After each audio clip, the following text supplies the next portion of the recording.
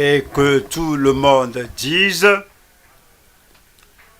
Père, nous te remercions pour ta bonté.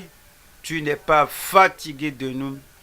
Nous te remercions pour l'amour, l'intérêt que tu nous as donné, que nous aussi, que nous ne soyons pas fatigués quand tu nous formes et que tu nous développes, quand tu nous instruis pour que nous soyons meilleurs, que nous devenions plus sages dans cette voie vers le royaume céleste, en aidant les autres à être dans le royaume et à demeurer dans le royaume et à croître dans le royaume.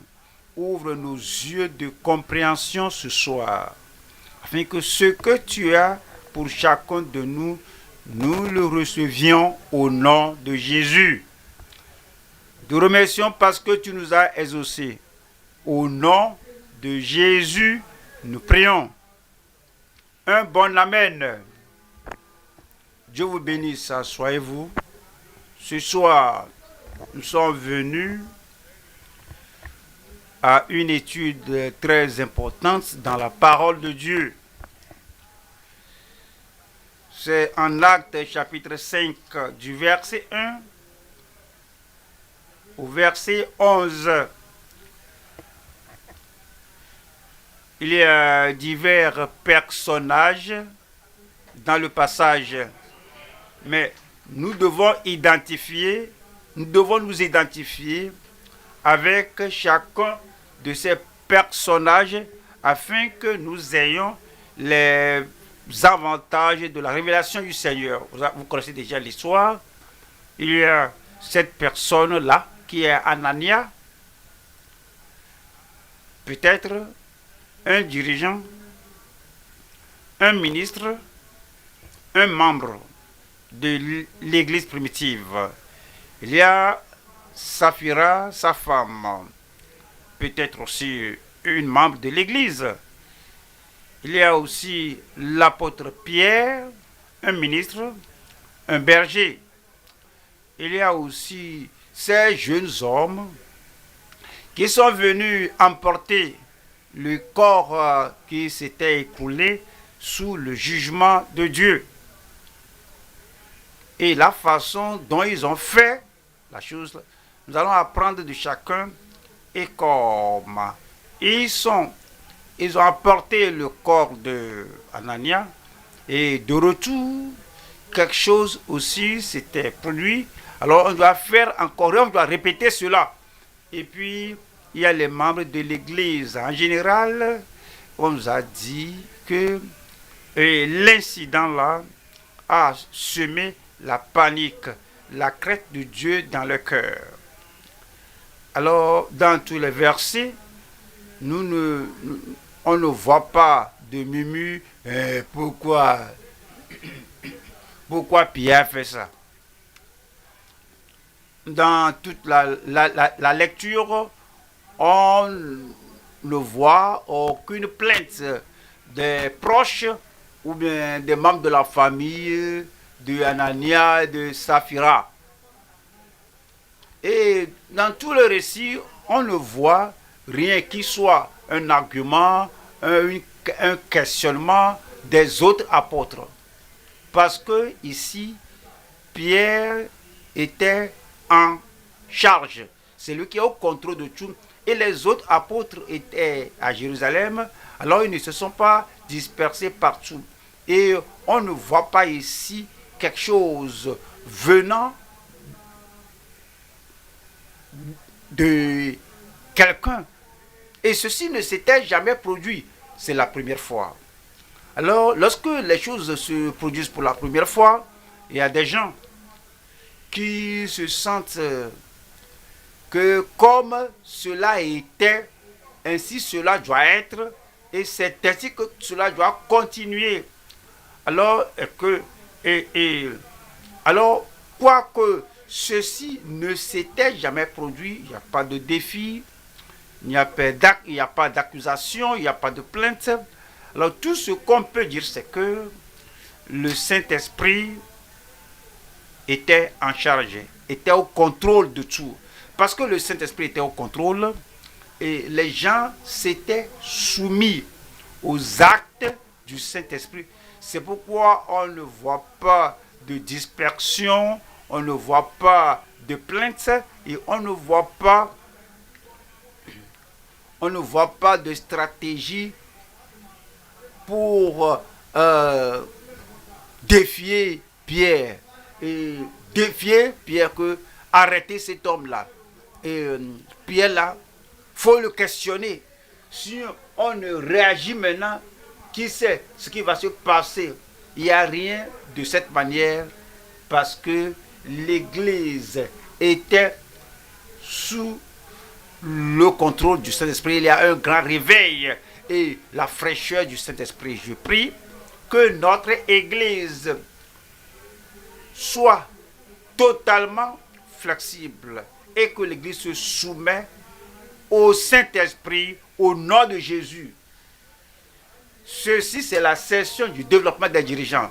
À cause de cela, nous abordons tout le passage sous l'angle des dirigeants. Le titre est Diriger par l'Esprit et être enraciné dans l'Écriture. Cela fait des dirigeants très efficaces.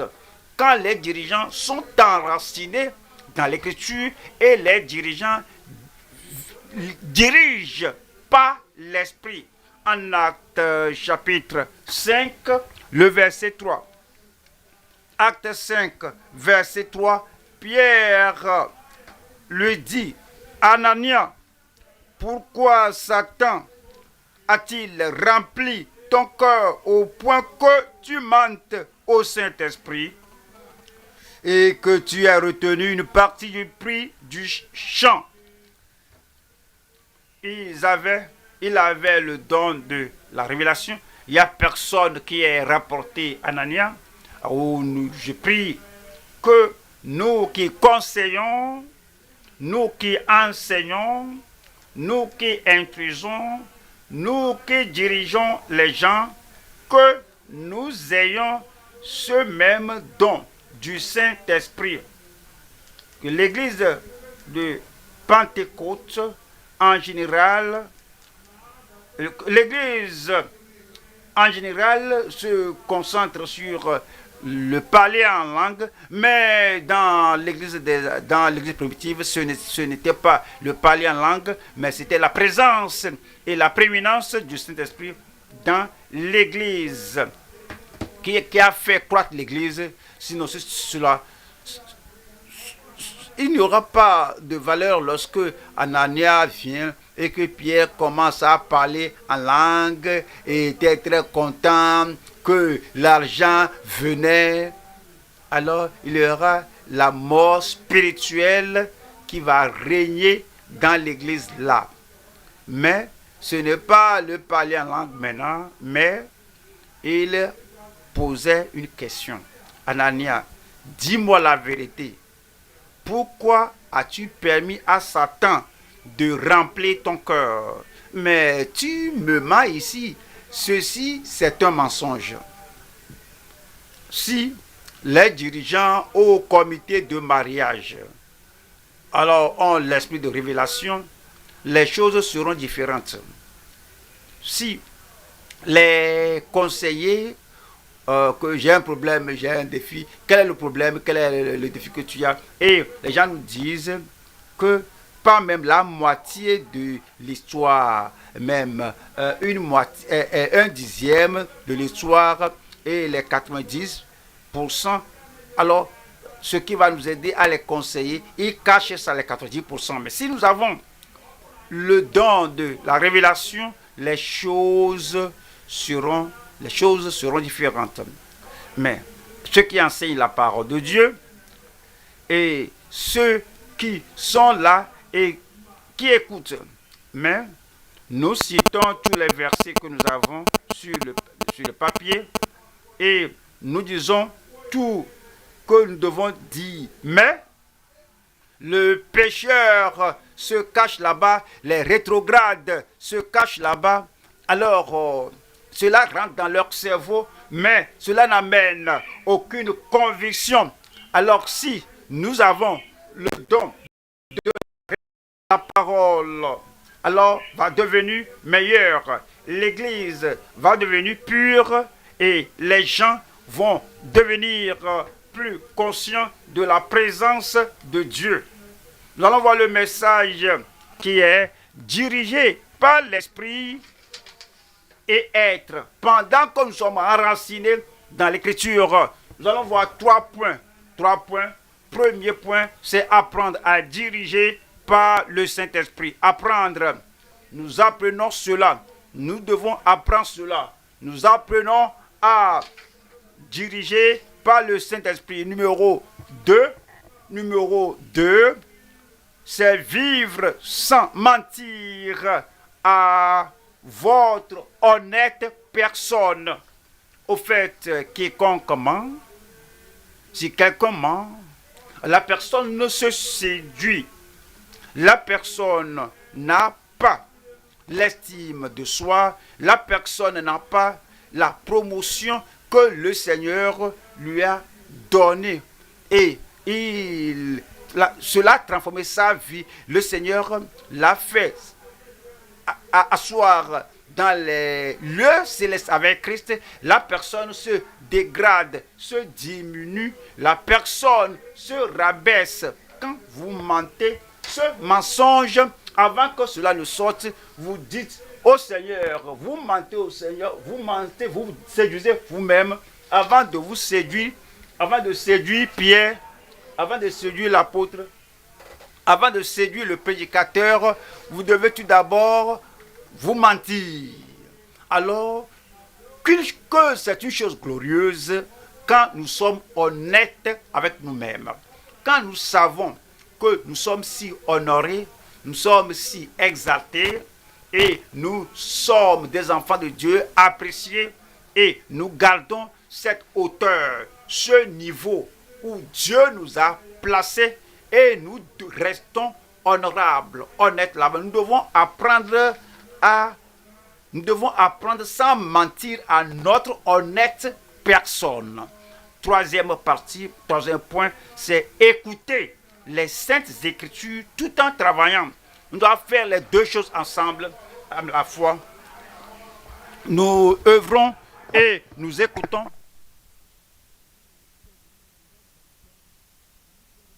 On répond à Anania et on écoute à l'esprit. On ne met pas toute l'attention sur Anania. Alors, on a une concentration totale. Lorsque vous écoutez les gens, oui, on doit se concentrer, on doit écouter totalement. Mais on œuvre pour le Seigneur et en même temps, on écoute la voix de l'Esprit. Nous écoutons la révélation de l'Esprit de Dieu pendant que nous œuvrons. Alors, écoutez les Saintes Écritures tout en travaillant, tout en œuvrant. Premier point, apprendre à diriger par le Saint-Esprit. Nous allons lire Actes chapitre 5 verset 1. Mais un homme nommé Anania, avec Saphira, sa femme, vendit une propriété. Le verset 2. Et retint une partie du prix. Sa femme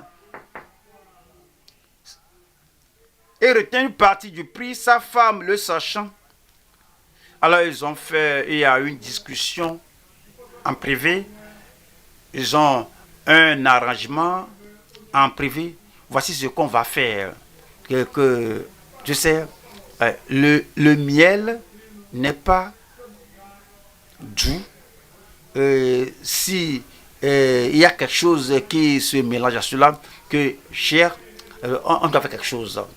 Il n'y a rien de bon quand on mène une vie tordue, une vie de séduction et de mensonge.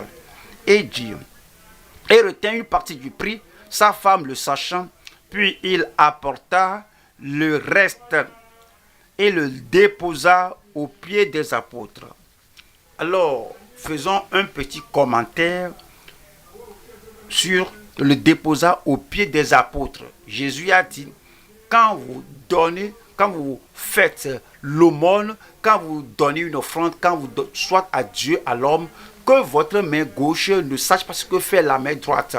Alors, c'est la pratique des pharisiens, qu'ils vont sonner de la trompette pour que tout le monde vienne voir ce qu'on fait. Jésus a dit qu'il faut éviter cette exhibition, ce genre de s'attirer l'attention, que aussi possible que cela soit, faites-le en privé au Seigneur. Et le Seigneur n'a pas sonné de la trompette lorsqu'il vous a donné le plus grand don, le Seigneur Jésus-Christ, car Dieu a aimé le monde qu'il a donné son Fils unique, afin que quiconque croit en lui ne périsse point, mais qu'il ait la vie éternelle. Il n'a pas sonné de trompette. Alors, il n'a rien exposé. Vous êtes venus et attendez avant que je te sauve. Non. Les anges doivent voir combien je suis bon avant de te sauver. Et le monde doit écouter ceci avant que je ne te sauve, afin qu'il sache que je suis grand. Alors, il est déjà grand, éternellement grand. Il vous a sauvé. Et quand vous venez, combien vous amenez à lui? Donc, on n'a pas besoin de publier cela. Mais c'est ce qu'ils ont fait à l'époque là. Alors, s'ils pouvaient se rappeler que ne permet pas que la main gauche sache ce que fait la main droite, vous ne cherchez pas l'éloge des hommes. Le verset 3 dit, Pierre lui dit, Anania, alors c'est une chose d'avoir une révélation ou une révélation, c'est une autre chose d'avoir le courage, l'audace pour regarder Anania et l'appeler Anania et le regarder face à face et détecter le mensonge. Vous savez, nous, dirigeants, dès qu'il y a un Anania qui est si courageux, audacieux, qui est si brave, il est en mesure de nous regarder. Même lorsque Pierre dit, est-ce tout le prix? Ouais, il y a des Ananias qui sont très braves. Ils me disent, mais pourquoi tu me poses la question? Ça, c'est tout le prix, ça, non? Et comment Satan a-t-il rempli ton corps au point que tu mentes au Saint-Esprit? Ah, attends, Pierre, tu dis que tu es homme de Dieu et tu m'accuses comme ça. Il y a des gens qui sont si audacieux, si téméraires que si vous leur posez la question, mais pourquoi? Pourquoi Satan a-t-il rempli ton corps au point que tu mentes au Saint-Esprit pour retenir une partie du prix? Ils vont vouloir vous faire douter du don de la révélation que vous avez. Tu t'appelles pasteur, homme de Dieu, et puis tu m'accuses faussement comme ça. Tu m'accuses d'un mensonge. Vous voyez, il y a des gens comme ça. Une fois qu'ils te font ça, une fois, deux fois, trois fois, alors, quel que soit le nombre de fois, alors, quel que soit, oui, le nombre de fois, alors, ils vous font taire. Vous allez commencer à douter du don de Dieu dans votre vie. Mais, Dieu merci pour Pierre. Je dis Dieu merci pour Pierre. Et je prie que Dieu nous suscite, nous élève. Il peut le faire. Il va le faire. Et nous en avons besoin dans notre église. Donnez-moi un bon amen. Parce que sans cela, ce serait difficile de diriger les diverses personnes qui viennent maintenant et qui ont divers programmes et avec lesquels ils sont là. Verset 4 dit, s'il n'eût pas été vendu, ne te restait-il pas? Et après qu'il a été vendu, le prix n'était-il pas à ta disposition? Il n'y a personne qui t'oblige à le faire, mais pourquoi? Comment as-tu pu mettre en ton cœur un pareil dessein? Attends, les gens conçoivent cela dans leur cœur d'abord, avant que Satan ne vienne les aider à semer sa nature là-bas. Ils conçoivent cela, ils planifient cela, et disent que chérie, ils voient que femme, ils voient que bien-aimé, ils voient que ceci, cela, que je pense à quelque chose. Ouais, l'église grandit, l'autre est venu, ceci est venu, l'autre a amené ceci, l'autre a amené ceci. Et ils conçoivent cette idée. Vous concevez l'éloge des hommes. Comment as-tu pu mettre en ton cœur un pareil dessein? Ce n'est pas à des hommes que tu as menti, mais à Dieu. Anania n'a pas reconnu que Pierre était un homme demeuré par Dieu, que Pierre était demeuré par Christ, et que je vivrai en eux et j'agirai en eux. Moi et mon Père, nous viendrons en eux et nous ferons notre habitation, notre demeure en eux, en lui. Et Anania n'a pas reconnu que Pierre n'est pas un simple homme. Voici un homme habité, demeuré par Dieu. Donc vous ne mentez pas à un homme, mais à Dieu. Alors, il était un dirigeant qui dirige par le Saint-Esprit. Nous allons voir 3 sections ici. Numéro 1, le réveil de la démonstration d'amour par les saints honnêtes. L'amour en démonstration, c'est le réveil là-bas. Le réveil de la démonstration d'amour par les saints honnêtes. 2, la ressemblance d'une vie dévouée, d'une vie comme consacrée. C'est comme s'il consacre sa vie, tout ce qu'il a, que c'est une ressemblance. La ressemblance d'une vie dévouée par une subtilité creuse, une subtilité superficielle. Ce n'est pas profond. Alors c'est facilement décelé, découvert, c'est démontré, c'est décelé que ceci, ce n'est qu'une subtilité creuse, c'est-à-dire superficielle. Et 3, la révélation par le détecteur de mensonges. Le détecteur de mensonges. Le Saint-Esprit est le détecteur de mensonges. Il y a, scientifiquement parlant, quand on amène quelqu'un au commissariat, il y a, quand quelqu'un est en train de mentir, il y a un détecteur de mensonges là-bas, parce que la façon dont la personne parle, et quand on regarde la réaction de l'homme, son visage, comment il parle, et même sa salive est affectée par cette séduction délibérée. Quand les gens du monde ont des détecteurs de mensonges, le Saint-Esprit est le chef, est le détecteur céleste de mensonges. Alors si vous avez le Saint-Esprit, il ne va pas vous séduire au nom de Jésus.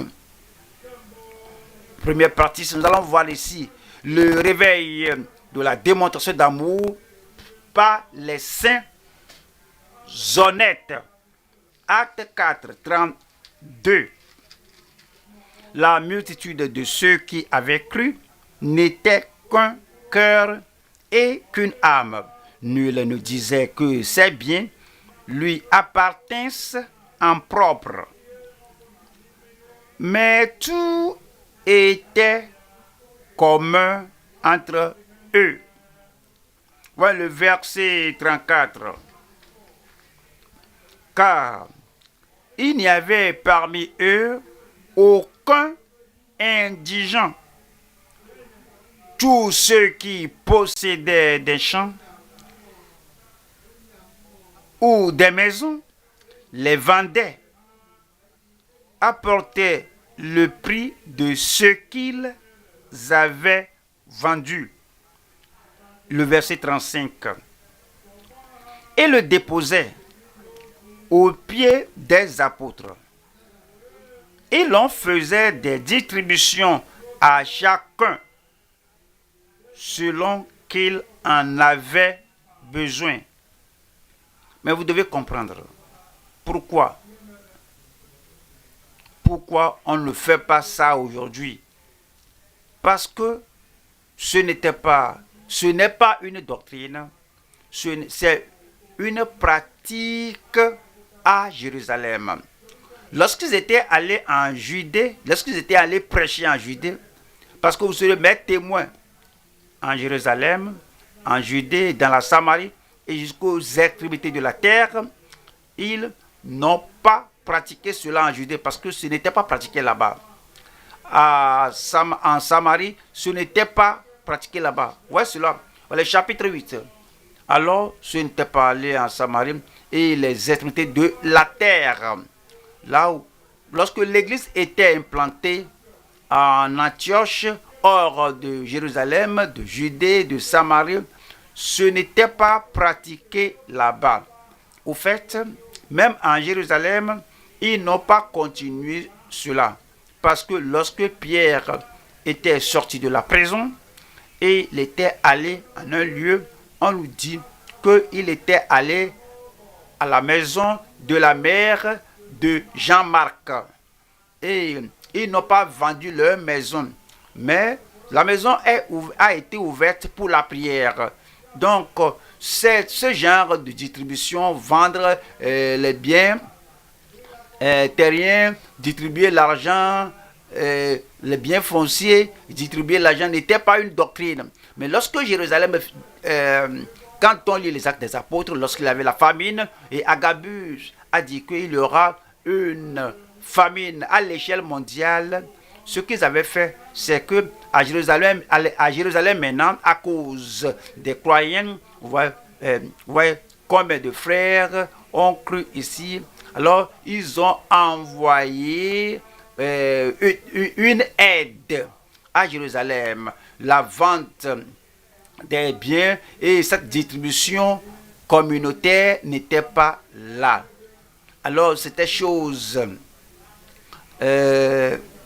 temporaire parce qu'il y avait aussi en chapitre 6, il y avait une plainte que les femmes hébreuses, les femmes hellénistes n'étaient pas bien servies et ils ont nommé 7 personnes qui vont se servir, qui vont servir à la distribution. Il y a Philippe, il y a Étienne, les autres 5. La persécution au chapitre 8 les a dispersés. Étienne était tué, Philippe s'était rendu en Samarie et la pratique là s'était éteinte. C'est pourquoi on ne pratique pas cela aujourd'hui. Ce n'était pas une doctrine. Et le verset 36 dit: Joseph, surnommé par les apôtres Barnabas, ce qui signifie fils d'exhortation, lévite originaire de Chypre. 37. Vendit un champ qu'il possédait, apporta l'argent et le déposa aux pieds des apôtres. C'est ce que Anania a vu. Et les apôtres étaient très contents, étaient très impressionnés. Ils lui ont même donné un nom. Barnabas, fils d'exhortation. Anania voulait un nouveau nom aussi. Acte 2. Le verset 44, acte 2, 44. Tous ceux qui croyaient étaient dans le même lieu. Ils avaient tout en commun. Le verset 45. Ils vendaient leurs propriétés et leurs biens et ils en partageaient le produit entre tous selon les besoins de chacun. Alors, ils ont commencé ça. Vous voyez, la raison est que beaucoup de personnes venaient de la diaspora et étaient à Jérusalem pour la fête de la Pentecôte et ils ne s'apprêtaient pas à rester à Jérusalem et le Saint-Esprit est venu en acte de alors 1 à 4, tous étaient venus ensemble, ils étaient surpris que nous les entendons parler dans nos langues maternelles. Alors beaucoup d'eux ont reçu le Seigneur et 3000 personnes. Mais ils n'avaient pas aucune œuvre à Jérusalem, aucun boulot à Jérusalem. Ils venaient de dehors et finalement beaucoup ont décidé de rester à cause de cette grande effusion de l'Esprit de Dieu. Alors, comment vont-ils vivre? C'est ainsi que la chose a commencé. Ce n'était pas une doctrine. C'était le besoin de l'heure. C'était le besoin de l'époque là qui a fait amener cela. Le verset 45, ils vendaient leurs propriétés et leurs biens et ils en partageaient le produit entre tous selon les besoins de chacun. 46, ils étaient chaque jour tous ensemble assidus au temple. Ils rompaient le pain dans les maisons et prenaient leur nourriture avec joie et simplicité de cœur. Maintenant, après, en 1 Timothée 6, 17, tout le monde ne le fait plus. Alors, 1 Timothée 6, 17, il recommande aux riches du présent siècle. Les riches ont assez pour eux-mêmes et pour épargner. Alors, prêche-le. Alors, il n'y a rien de commun, il n'y a pas de distribution communale maintenant, mais pour que les gens qui sont riches là, recommandent aux riches du présent siècle de ne pas être orgueilleux et de ne pas mettre leur espérance dans des richesses incertaines, mais de la mettre en Dieu qui nous donne avec abondance toutes choses pour que nous en jouissions. Dieu n'a pas dit qu'on ne jouisse pas de ce qu'on a, mais volontairement et gaiement, comme l'Esprit nous dirige, nous pouvons donner. Le verset 18 recommande-leur de faire du bien, d'être riche en bonnes œuvres, d'avoir de la libéralité, de la générosité. 19, et de s'amasser ainsi pour l'avenir un trésor placé sur un fondement solide afin de saisir la vie et la vie véritable. Voilà la deuxième partie ici. C'est la ressemblance de la consécration d'une vie par la subtilité creuse ou superficielle. Acte 5, verset 1. Mais un homme nommé Anania, avec Saphira, sa femme, vendit une propriété. Voilà le verset 2. Le verset 2. Et retint une partie du prix. Sa femme, le sachant, puis il apporta le reste et le déposa aux pieds des apôtres. Ça, c'est une démonstration, c'est pour le faire, pour que moi aussi j'ai un prix, que moi aussi j'ai un nom qui me soit donné spécialement par les apôtres. C'est superficiel. Alors, c'est une séduction subtile. Alors, Jean 12, 43. Jean 12, 43, car il aimait la gloire des hommes plus que la gloire de Dieu. Les gens qui font pareille chose, ils imitent les pharisiens parce qu'ils aiment l'éloge, la gloire des hommes. Que si tout le monde était aveugle, si tout le monde était sourd, alors, et il ne pouvait pas vous voir, alors feriez-vous ce que vous êtes en train de faire? S'il n'y a personne qui vous dise bien que bon travail, s'il n'y a personne qui vous félicite, est-ce que vous pourrez faire ce que vous êtes en train de faire? s'il n'y a personne qui vous loue, qui vous apprécie, s'il n'y a personne qui vous donne un nom, un titre d'amabilité, il vous donne un titre très cher, alors allez-vous continuer de faire ce que vous faites, mesurez cela. L'évangélisation que nous faisons, la prière que nous faisons, et l'aumône que nous donnons, et les choses que nous faisons pour dire que nous rendons la vie des gens meilleure, si personne ne le sait, si personne ne vous voit, qu'allez-vous faire? Ces gens-là aiment la gloire des hommes plus que la gloire de Dieu. Matthieu 23, verset 5. Ça, voici le style de vie des pharisiens. Ils font toutes leurs actions pour être vus des hommes. Pour être vus des hommes.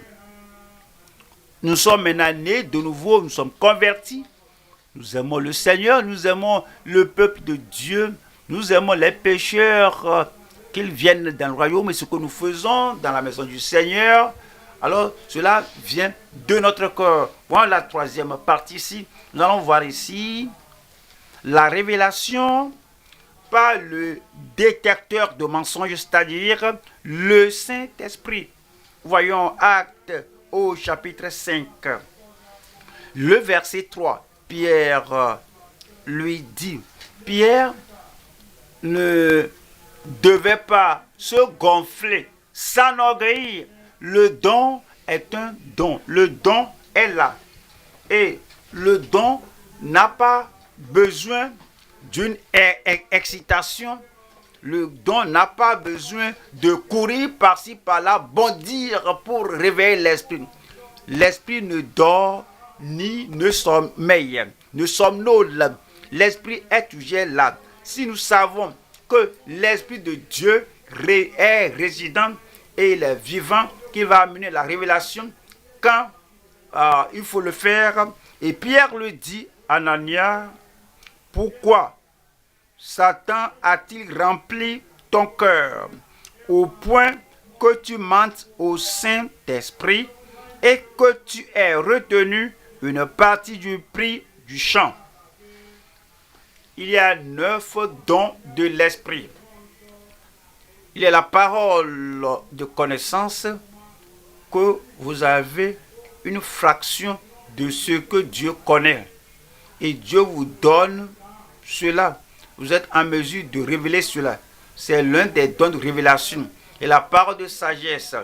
La sagesse est comment faire sortir cette parole de connaissance pour répondre à la question de l'heure et pour résoudre le problème de l'heure, du moment. Alors il y a le don de discernement.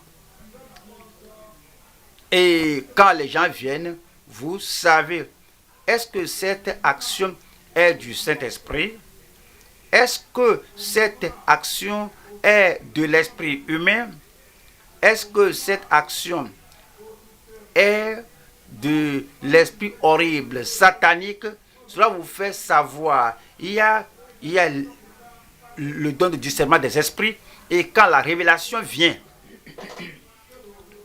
par le don de révélation, alors il y a aussi le don de puissance, de foi, de guérison et des miracles. Alors, tous ces dons combinés ont aidé les prophètes, les évangélistes, les prédicateurs, les pasteurs, les enseignants pour l'édification du corps de Christ. Vous vous rappelez bien? Et ces premiers jours, il y avait un homme. Et nos frères sont allés évangéliser. Et ils ont évangélisé. Ils ont prêché à cette femme. Et la femme était née de nouveau, authentiquement née de nouveau. Alors, sans demander personne, parce qu'elle a entendu parler de la résurrection, et elle est allée dire à son mari, que mon mari, je suis né de nouveau. Qu'est-ce que cela veut dire? Le mari ne comprenait pas. Et la femme commençait à dire que mon mari, que j'étais infidèle. L'homme a les yeux écarquillés. Et qu'est-ce que l'homme a fait? Que je ne suis pas là seulement pour toi seul. Et que je me livre à d'autres personnes aussi. L'homme commençait à dire que, qu'est-ce que tu veux dire? Tu dis que cet homme? Non. Est-ce que l'homme là? Il dit que non. Est-ce que c'est cet homme? La femme s'est tue. Donc le mari savait, ah, l'homme là, hein, c'est ton homme, l'homme là t'as eu, hein, l'homme là est devenu fou. Il est complètement devenu fou et commençait à jeter les choses, tout ce qui tout dans la maison. Il a jeté les plats, la chaise, tout le monde, tous les gens qui ont prêché la femme ne pouvaient pas sinon gérer le cas. Alors ils m'ont amené l'homme là. Ils m'ont parlé de l'histoire que je viens de relater. Et donc, l'homme là s'est assis. Et j'ai dit aux sœurs qui ont amené la femme là. Ce sont les sœurs qui ont amené la femme là. Alors, l'homme là s'est assis. Et j'ai agi, j'ai joué l'innocent. J'ai dit, mais qu'est-ce que se passe? J'ai appris que tu jettes ceci et cela. Et il commence à me dire que vous savez, cette femme a fait ceci, a fait cela. J'ai dit que, attends. Cette femme était fidèle pour te dire, entre toi et moi maintenant, dis ce que tu as fait. Et l'homme commence à dire à la femme ce que lui m'a fait. La femme n'a même pas fait la fraction de ce que tu as fait. Et puis, je vois l'homme pour la première fois. Je commençais à lui dire qu'en ce temps-ci, voyez ce que tu avais fait à un pareil moment. Va retourner confesser à la femme. Pour ton cas était pire que ce que la femme a fait. Comme je lui ai révélé sa vie, il dit que qu'est-ce que je vais faire? Il dit qu'il faut te repentir. Et c'était repenti et il est né de nouveau. Amen. Et puis, en ce temps-là, j'utilisais la Bible Thompson de référence, comme je le parlais. Il a vu la Bible là. Arrivé à la maison, il a dit, ma femme, viens. Je voudrais te dire quelque chose. Que vraiment, je suis pire que toi. Je suis infidèle.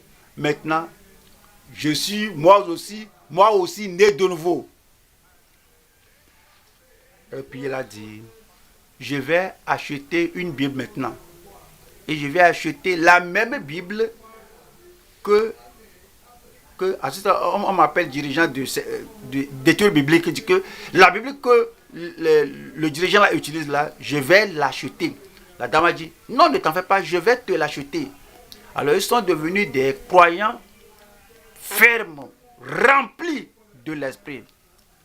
C'était la connaissance de la révélation dont on a besoin afin que ne soyons pas séduits par les gens qui viennent et le Seigneur va s'honorer dans nos vies au nom de Jésus-Christ. Mais maintenant, vous avez entendu parler de Géasi. Naaman est venu et Naaman était guéri. Et Naaman était si impressionné par la guérison qu'il a offert de l'argent, des habits de rechange, de l'or, de l'argent à Élisée qui a dit non, que la guérison n'est pas à vendre. La guérison divine n'est pas à vendre. Alors, il était parti. Alors, Géasi a dit, mais comment? On peut s'enrichir un seul jour. Si mon maître pouvait seulement accepter ceci. Et puis, il a poursuivi l'homme là. Et puis, finalement, il a appris ce qu'il a appris. Vous connaissez bien l'histoire. De retour, alors il est resté à jouer l'innocent, comme si rien ne s'était produit. Et puis Élisée lui a dit, mais où étais-tu, car ton serviteur n'est allé nulle part, je suis resté là-bas.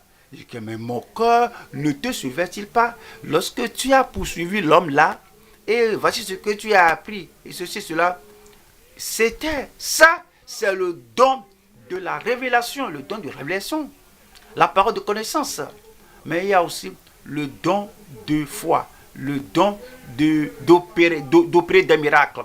La lèpre de Nama, que la lèpre de Nama vienne sur toi et sur ta descendance. Le jugement est venu. Mais l'Esprit de Dieu, quand il vit en nous, quand il demeure en nous, alors il détecte les mensonges. Allons à Luc 16, 15. Jésus leur dit, vous cherchez à paraître juste devant les hommes, vous vous promouvez devant les hommes parce que vous cherchez la louange des hommes, mais Dieu connaît vos cœurs, car ce qui est élevé parmi les hommes est une abomination devant Dieu. Voyons, deuxième point ici, c'est vivre sans mentir à votre honnête personne. C'est-à-dire, vous vous appréciez, vous vous honorez à tel enseigne que vous dites, je vais vivre dans l'honneur que Dieu m'a accordé. Lorsque vous mentez à quelqu'un, alors vous vous rendez esclave de cette personne, vous exaltez la personne au-delà de vous et vous dites qu'il est honnête, moi je vais être déshonnête, et si je lui dis la vérité, il ne veut pas savoir combien je suis vil, il ne veut pas savoir combien je suis faible, il ne veut pas savoir combien je suis en bas là-bas, il ne veut pas savoir combien je suis petit. Mais quand vous savez que vous êtes un homme d'honneur, une femme d'honneur, vous n'allez pas vous dégrader, vous n'allez pas vous déshonorer en mentant à telle personne, à autre personne. Vous savez, quand vous mentez à quelqu'un, lorsque la personne vous demandera après au sujet de la même chose, alors vous devez être très prudent pour vous rappeler le mensonge proféré à l'époque, parce que l'homme à qui vous parlez, la femme à qui vous parlez, peut être une personne très intelligente. La personne se rappelle rapidement les choses. Quand vous lui donnez une nouvelle réponse, la personne peut facilement voir que cette nouvelle réponse-là, c'est pour couvrir le mensonge proféré au départ. Alors vous honorez votre grandeur, votre valeur. Alors votre honneur, votre grandeur se rabaisse. Mais quand vous dites la vérité en tout temps, vous ne devez pas vous casser la tête. Et qu'est-ce que je lui avais dit à l'époque là? Qu'est-ce que je lui avais dit l'autre fois là? Vous vivez sans mentir à votre honnête personne. C'est divisé en 3 parties ici. Première partie, c'est le danger de l'amour, de l'éloge de ceux qui cherchent à plaire aux hommes. 2. La porte d'entrée à la vie de perversion par la promotion personnelle. Quand votre esprit, votre pensée, c'est que vous voulez vous promouvoir, vous voulez vous élever, être plus grand que votre niveau. La porte, que Satan va passer par la porte là et vous passer par cette porte là parce que vous cherchez comment vous promouvoir. Très dangereux, une porte dangereuse, une porte meurtrière, et cela peut conduire à une destinée de souffrance éternelle. Voilà une troisième partie ici. Nous allons voir ici la consécration contre le fait de vivre dans l'hypocrisie par une purification perpétuelle. Numéro 1 ici, le danger de l'amour. Le danger de l'amour de l'éloge, ou bien le danger de l'amour de l'éloge ou bien de louange par ceux qui cherchent à plaire aux hommes. Vous savez, il y a la guerre. Et il y a la guerre. Et puis, Saül, il y a la guerre. Et Saül était allé à la guerre. Et, et Saül était mort. Et d'autres sont morts. Et un jeune homme a couru pour venir dire à Saül à David ouais, il sait que Saül cherchait à tuer David. Il dit que David que Saül est mort. Mais comment tu as vu que Saül est mort? Comment tu le sais? Oui, il m'a appelé et parce que comme il allait mourir, et c'est-à-dire qu'il m'a appelé, je l'ai tué. Voici la preuve. Alors il croyait que David va l'honorer, va l'apprécier. Mais il a menti contre sa personne. Il a menti sur sa propre personne. Et il a été tué et amené en affaire. C'est dangereux que si on cherche à plaire aux gens, on cherche l'éloge des hommes. Acte 5. Acte 5, le verset 5. Anania, entendant ces paroles, tomba et expira. Il n'était pas prêt pour cela. Combien d'enfants étaient à la maison, on ne sait pas. Combien de personnes étaient à la maison, on ne sait pas. Alors, quel était son projet de mener une grande vie dans le futur? Tout est tronqué, tout a pris fin. Alors, c'est dit qu'il tomba et expira. Une grande crainte saisit tous les auditeurs. Le verset 6. Les jeunes gens s'étant levés, l'enveloppèrent, l'emportèrent et l'ensevelirent. Pas de fanfare, pas de cérémonie d'inhumation, pas des chants de louange, pas de veillée, il n'y a rien de pareil.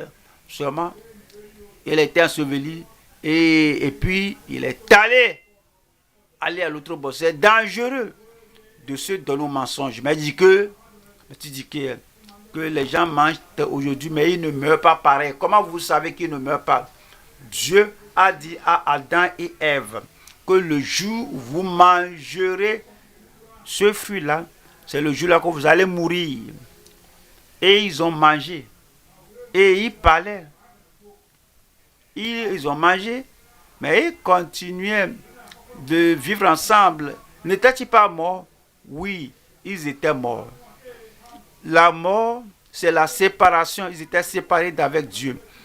Ils étaient séparés de la vie de Dieu. Lorsque quelqu'un ment aujourd'hui, la personne meurt, son âme, son esprit et se sépare de Dieu. La personne peut vivre en train de marcher, mais la personne est morte. Le salaire du péché, c'est la mort. Ecclésiaste, chapitre 11, le verset 3. Quand les nuages sont pleins de nuages, ils la répandent sur la terre. Et si un arbre tombe au midi ou au nord, il reste à la place où il est tombé. Où il est tombé. Lorsque l'arbre tombe et reste là-bas. Cela veut dire que l'état dans lequel une personne chute, il tombe, il meurt, la personne s'en va comme ça. C'est le même lieu. C'est ainsi que Dieu va le juger. Il n'y a pas de transformation après la mort. Il n'y a pas la vie éternelle. accordé à une personne après la mort. Là où l'arbre tombe, là où il est tombé, l'état dans lequel il était tombé, c'est ainsi qu'il serait jugé selon l'état là. Apocalypse 22, verset 11. Que celui qui est injuste soit encore injuste. Il est mort dans l'état d'injustice. Alors il demeure injuste. Et que celui qui est souillé se souille encore. Il était mort au moment d'être souillé. Pas de guerrier de prière qui puisse prier. Aucune église ne peut prier. Aucun sympathisant ne peut dire quelque chose pour changer cette situation. Parce que là où l'arbre tombe, c'est là qu'il reste. Et dit, et que le juste pratique encore la justice. Si quelqu'un meurt étant juste, alors il est juste. Et que celui qui est saint se sanctifie encore.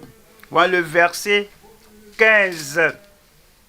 Dehors, les chiens, les enchanteurs. Si quelqu'un meurt, un enchanteur, un sorcier, un devin, c'est dommage. C'est ainsi que la personne sera au jugement des enchanteurs, les impudiques, les fornicateurs, les adultères, les meurtriers, les idolâtres et quiconque aime et pratique le mensonge. Il y a des gens qui ont rencontré leur mort au temps de la rétrogradation. Quelqu'un s'est levé et est allé quelque part, il a fait quelque chose, des choses cachées qu'elle a faites, et de retour de ce péché caché, un accident a lieu, c'est fini. Parce que là où l'arbre tombe, c'est là qu'il reste. Alors, vous devez être très prudent, que vous devez éviter le danger des gens qui plaisent aux hommes. Deuxième partie, c'est la porte d'entrée à la vie de perversion par la promotion personnelle. Quelqu'un au-dedans de lui, c'est quelqu'un qui n'est pas content du niveau où il est, n'est pas content du niveau où elle est.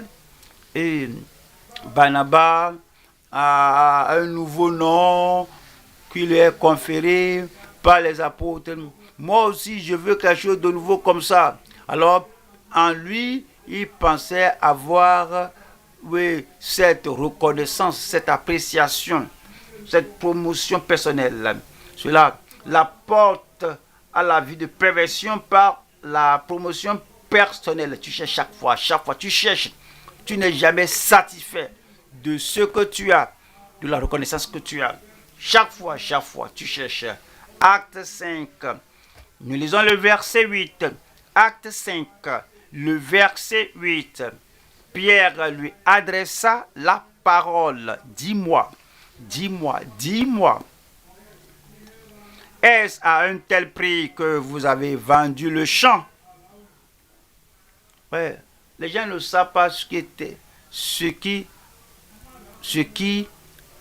gens ne savent pas ce qui est arrivé, ce qui arrive à leur partenaire de péché, et ils se sont accordés que voici ce qui était arrivé à la personne. Alors voici maintenant, la mort est arrivée et personne ne lui avait informé. La personne va continuer à mentir, croyant qu'il va jouir de tous les privilèges. Donc, elle ne savait pas ce qui était arrivé.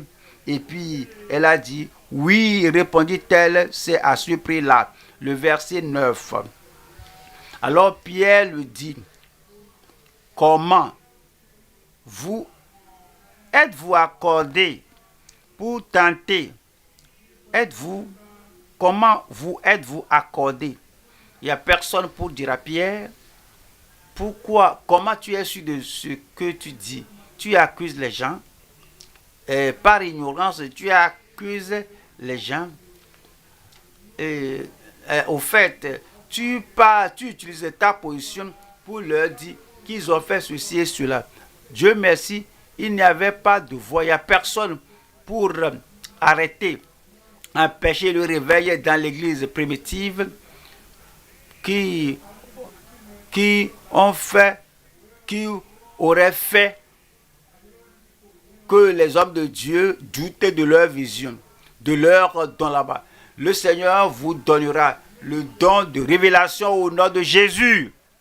Mais vous devez être sûr que ceci, c'est le Seigneur qui parle. Sinon, les gens peuvent vous confondre et les gens vont commencer à vous faire douter de vous-même. Est-ce que j'ai raison? Parce que regardez comment ils refusent. Et plusieurs peuvent faire ça et dire, j'ai vu tant de cela, mais Dieu merci, l'Esprit de Dieu ne mentira pas. Donne-moi un bon âme, un bon amen. C'est dit que comment vous êtes-vous accordé pour tenter l'Esprit du Seigneur? Voici, ceux qui ont enseveli ton mari sont à la porte et ils t'emporteront. Vous savez que c'est un dessein du diable. Éphésiens chapitre 4, 27. Éphésiens 4, 27 qui dit: et ne donnez pas accès au diable. Anania, le diable vient, il veut t'emporter. Saphira, sois prudent, oui, je comprends. Tu aimes ton mari, vous êtes toujours en accord, tu es en accord avec ton mari. Quand il dit va, tu vas. Quand il dit cela, tu dis. Saphira, sois très prudent. Il y a l'unité dans la justice. Il y a l'unité selon les Écritures. Mais il ne faut pas avoir l'unité dans la séduction et dans le mensonge. Et ne donnez pas accès au diable. 2 Corinthiens 2, 11. 2 Corinthiens 2, 11. Afin de ne pas laisser à Satan l'avantage sur nous. Si le diable sait que tu cherches l'éloge des hommes à tout prix, tu veux être reconnu à tout moment, tu veux la publicité à tout prix, tu veux l'exaltation des hommes à tout prix, alors il aura l'avantage sur vous. Mais si il sait qu'aucune de ces choses ne m'attire, que ce que Dieu m'a donné me suffit, à toute autre chose qui veut donner gloire à Dieu, ce qui ne veut pas me donner, que son nom soit loué. Donc le diable n'aura pas l'avantage sur vous, afin de ne pas laisser à Satan l'avantage sur nous, car nous n'ignorons pas ses desseins. Voilà la 3e partie ici. C'est la consécration contre une vie d'hypocrisie. Vous avez décidé de ne plus prétendre, de ne plus mentir, jamais du tout, de ne plus séduire, mais que vous devez avoir une purification perpétuelle. La consécration contre la vie dans l'hypocrisie par la purification perpétuelle. Vous savez, on se lève le matin, on se brosse les dents, on se lave, mais on ne mange rien de sale, de mauvais, mais chaque matin, on doit se brosser. Alors, et spirituellement, nous sommes purifiés à tout moment. Alors, nous nous donnons à la purification de l'esprit pour que le mensonge, la séduction, l'hypocrisie, la dissimulation n'aient plus de place dans notre vie. Colossiens 3, verset 9. Ne mentez pas les uns aux autres. Pensez avant de parler. Méditez avant d'agir. Si moi je fais cela, qu'est-ce que j'essaie de faire? Est-ce que je séduis la personne à qui je montre la chose? Est-ce que j'essaie de m'élever au-dessus de lui afin de le contrôler? Est-ce que je suis en train de mentir par mon acte, par mon silence, par mon calme? Alors il faut que vous soyez purifiés de tout cela.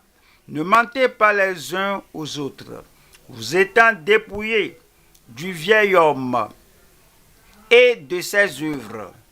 Voyons Apocalypse 21, verset 8.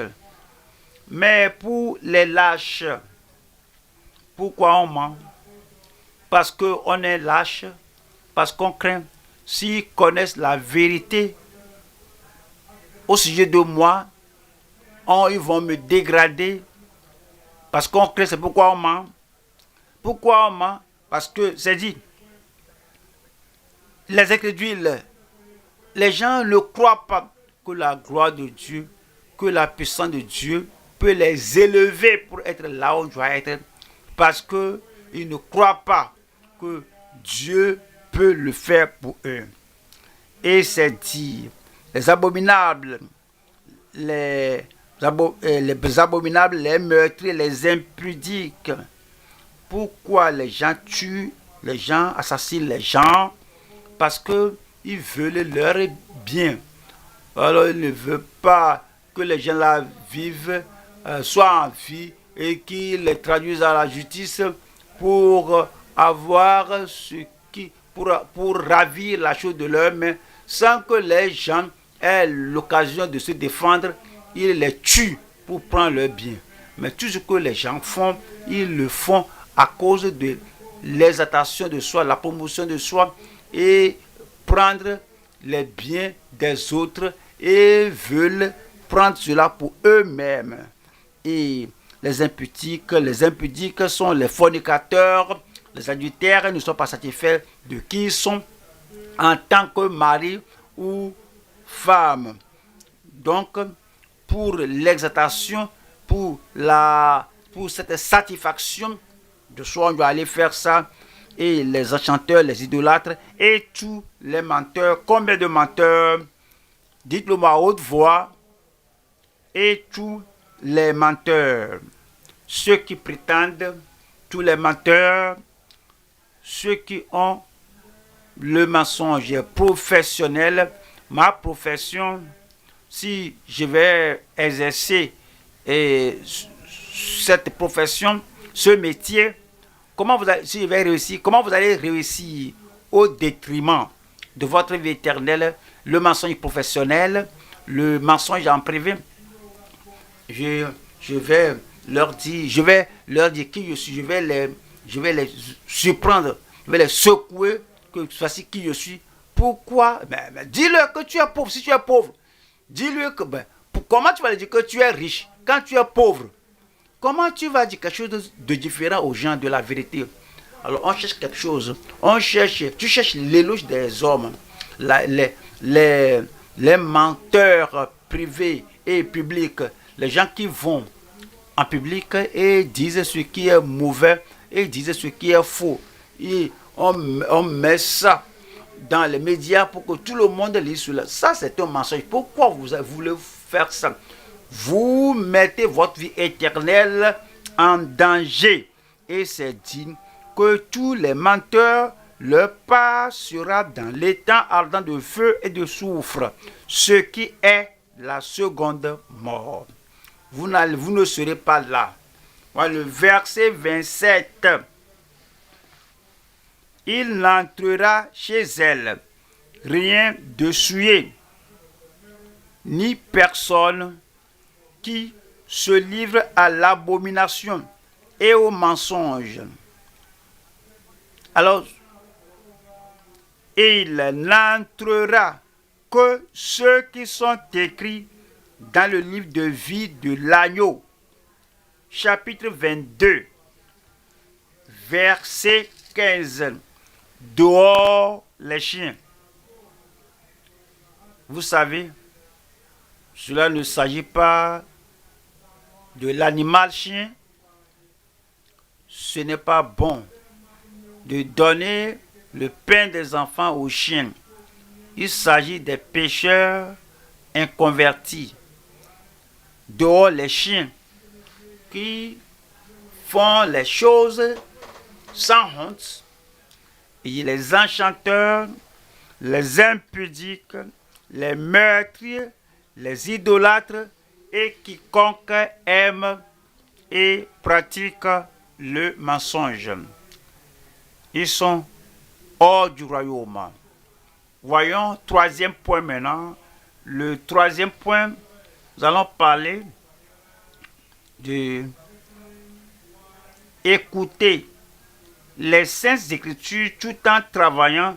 Nous écoutons les Saintes Écritures pendant que nous travaillons parce que je veux gagner les autres au Seigneur. Oui, n'allez pas vouloir être comme un racoleur. Vous appelez les gens, allez. Les gens vont partir, mais vous serez restés là-bas. Non. Vous allez vouloir conduire les gens au ciel et vous serez au ciel vous aussi. Je prie que vous soyez au ciel au nom de Jésus. C'est mieux. C'est mieux de ne pas prêcher. C'est bon de prêcher. Mais c'est mieux de ne pas prêcher, de ne pas prier pour les gens, de ne pas aider les gens. Si cela vous fera que vous êtes restés ici, pendant que les gens que vous aidez, eux, ils vont au ciel et ils sont glorieusement accueillis au ciel. Et vous êtes abandonnés et vous allez là-bas, atterrir à l'autre bord. C'est mauvais. Ce serait bon. La première chose, pendant que vous travaillez pour le Seigneur, que vous écoutez les Écritures, que vous ne soyez pas perdus au dernier jour, au nom de Jésus. Deuxième Timothée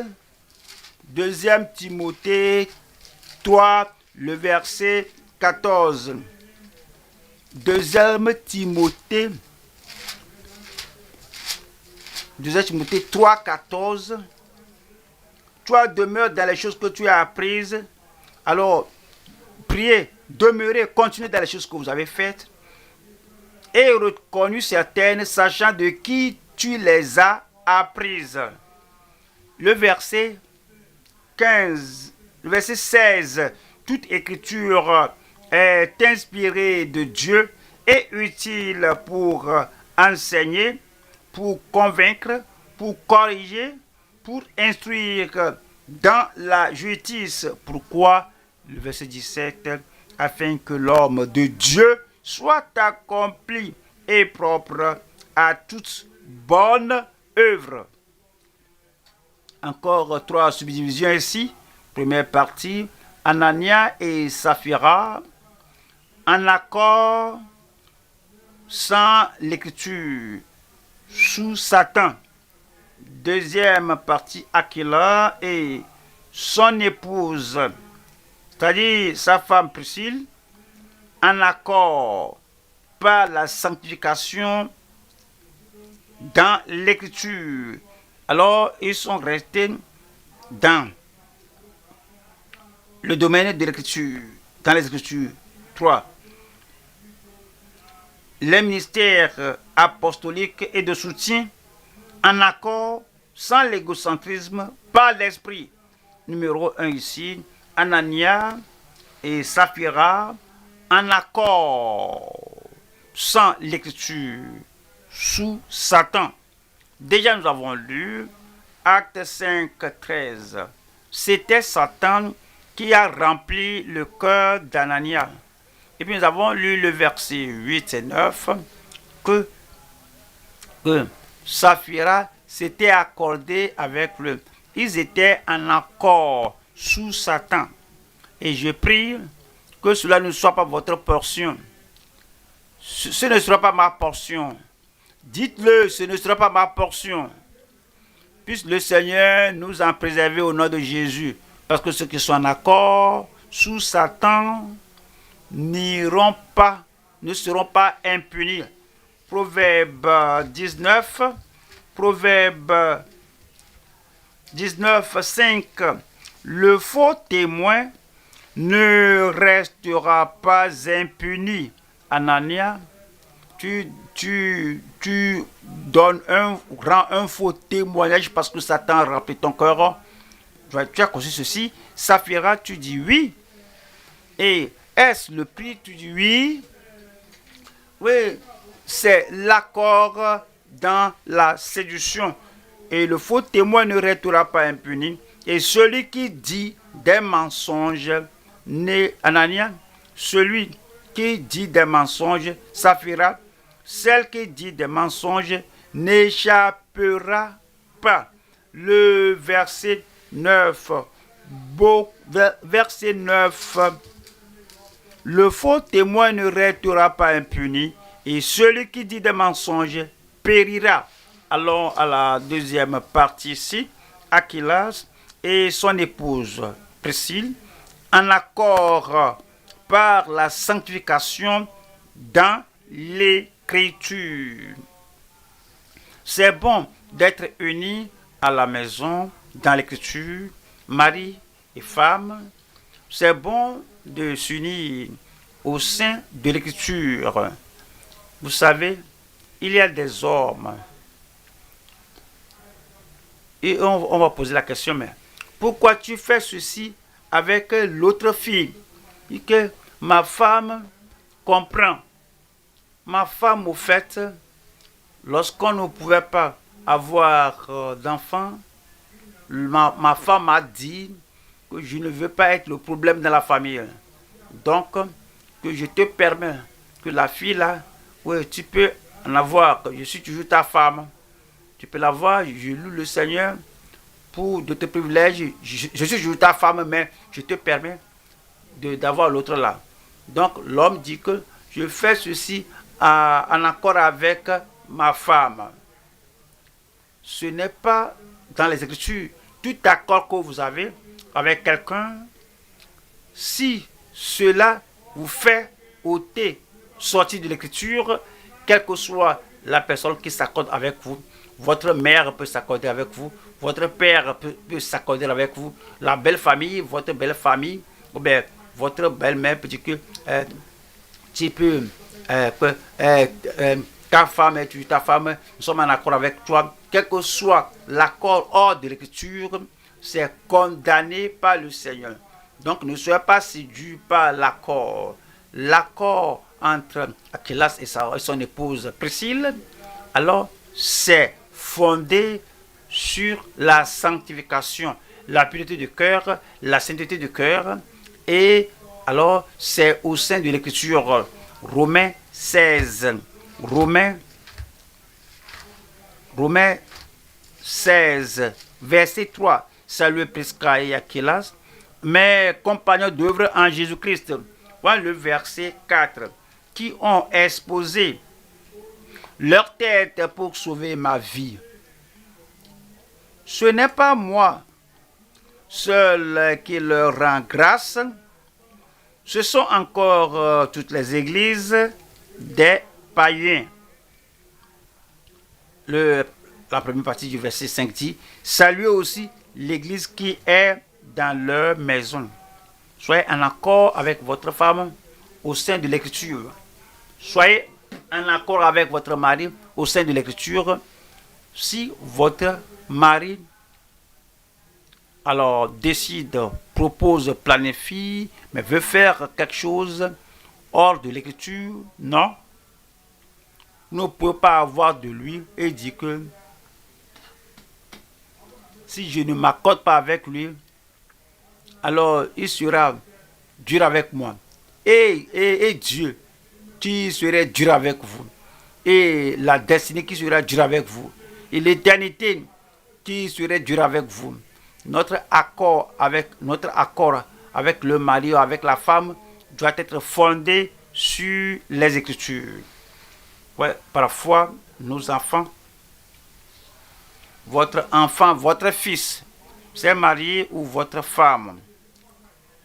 Mais votre fils veut faire quelque chose d'inique, de mauvais, quelque chose d'oppressif à la femme, et votre fils vous a dit, votre fils a dit que voyez ce que je vais faire, que si tu es un père chrétien, une mère chrétienne, vous n'allez, si tu es un chrétien, tu ne vas pas permettre à ce que ton mari, ton fils veut faire, il veut divorcer avec sa femme, chasser sa femme pour une raison donnée. Sinon, vous allez jouer avec votre éternité parce que vous ne pouvez pas aller au ciel en supportant le mal. Je prie que Dieu nous aide tous au nom de Jésus. Vous savez, il y a des parents qui ne savent pas comment dire non à leurs enfants. Et si les enfants amènent ceci et cela, dès qu'ils citent un verset et à la fille dit, papa, ça ce sont les vieux jours. Nous maintenant, nous sommes libres de faire ce qu'on veut. Et certains de ces pères vont seulement baisser les bras. Et ils seront en accord avec les enfants hors de l'écriture. Il ne faut pas faire ça. Parce que si vous faites ça, l'enfant là, le fils là, la fille là, le père là, la mère là, alors mettez votre vie, votre communion avec Dieu en danger et votre éternité en danger. Je prie que Dieu nous aide, que nous ne devenions pas si compromettants qu'on ne peut pas rester ferme parce qu'elle est ma femme, que je n'aime pas la blesser. Et autre chose, je vous ai parlé de la personne qui a fait la restitution. Et il y a des gens que Dieu vous a révélé, voici ce qu'il faut faire. Alors, vous devez vous rendre pur devant le Seigneur. Quelqu'un vous a dit, sois prudent, sois prudent. Tu ne dois pas faire la restitution qui doit amener la douleur à l'autre personne.